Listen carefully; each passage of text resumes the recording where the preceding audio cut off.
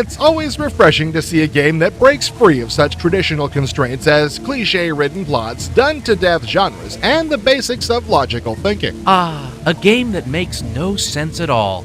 How refreshing. If you're in the mood for something that was apparently designed on another planet and yet is still curiously relaxing, you have to pick up Sony ImageSoft's Eastern Mind: The Lost Souls of Tong Nu.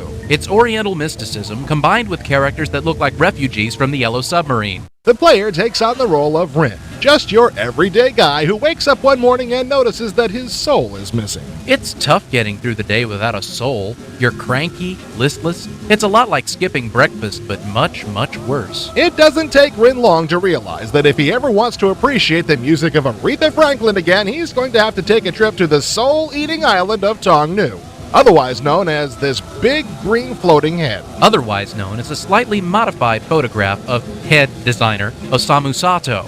Sato was the winner of a nationally sponsored contest by Sony to find and support talented multimedia artists. He also wrote all of the music in Eastern Mind.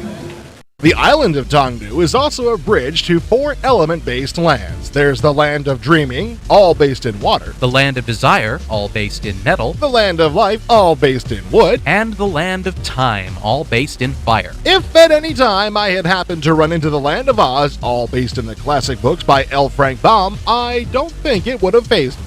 So you're wandering around the big green head trying to find your soul. Be careful because death traps abound. For example, here you got 5 columns of fire. One takes you where you want to go, one gives you a nifty present, and one kills you dead. But that's not as bad as it might seem. The fact of the matter is that you won't get very far in this game until you get killed. A lot. 9 times to be exact. Yes, one of the major themes of Eastern Mind is reincarnation. All that silly Rin and his soul business kind of gets washed down the drain, and you have a completely different task to fulfill your new life. Or lives, as the case may be. When you die, you go down into the roots of the Tree of Life, where you find various eyeballs, noses, and mouths. Pick one of each and it determines what your new life will be. This is a little troublesome later on because you have to find a combination you haven't chosen already. Still, it's a neat idea. When you've chosen your new identity, you shoot up the trunk of the Tree of Life and you get briefed on your mission in life. You may even get a special tool to help you, like a wrench or a wooden disc. Then, when you accomplish your goal, you die. I wish life really made that much sense. Speaking of not making much sense, let's talk about the graphics. Well, the pictures are certainly very sharp and clear, but the motion's kinda schizophrenic. Sometimes it's smooth as silk, other times it looks like a friggin' frame-a-second slideshow. It's a little distracting, but I almost wonder whether it's a deliberate move on the part of our good friend, the big green head, Osamu Sato. Oh, come on. Deliberate? Why would anyone do something like that deliberately? That doesn't make sense. Maybe you've missed the point here, but none of this game makes sense. That doesn't mean it still can't be cool. Each time you complete a life mission, you get a thingy with the character's symbol on it. You need all 9 of them to open the gate of Tong Nu. Hey, that part almost makes sense. It's a straightforward goal.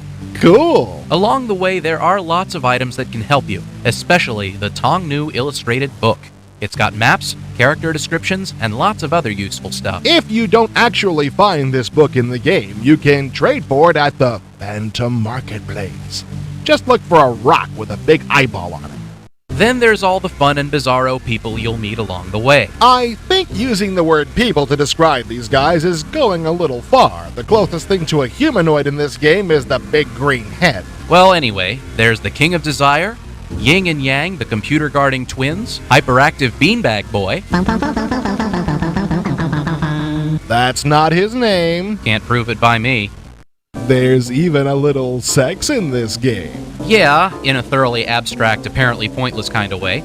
The really funny thing is the lip service paid to protecting minors. Before you enter the extremely provocative room of the Helix Palace, you are asked your age. If your number is too low, the scenes all have big black bars over them and make no sense whatsoever. I shouldn't have to remind you again, but the game itself makes no sense whatsoever. But if, being a clever person, you leave the room and return, the program completely forgets that it's already asked your age and it asks again, giving you a chance to lie your knickers off and see the sex room in all its glory. Not that we endorse you doing something that evil for even a second. The main annoyance in Eastern Mind, other than the fact that it makes absolutely no sense at all, is that navigation frequently takes forever.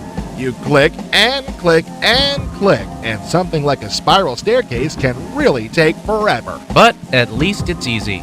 Everything is mouse clicks here, except the occasional typing of answers. You won't have any trouble figuring out the interface. You may, on the other hand, have considerable trouble figuring out the point. Well, I don't mean to sound too zen about this, but the journey is the cool part, not the destination.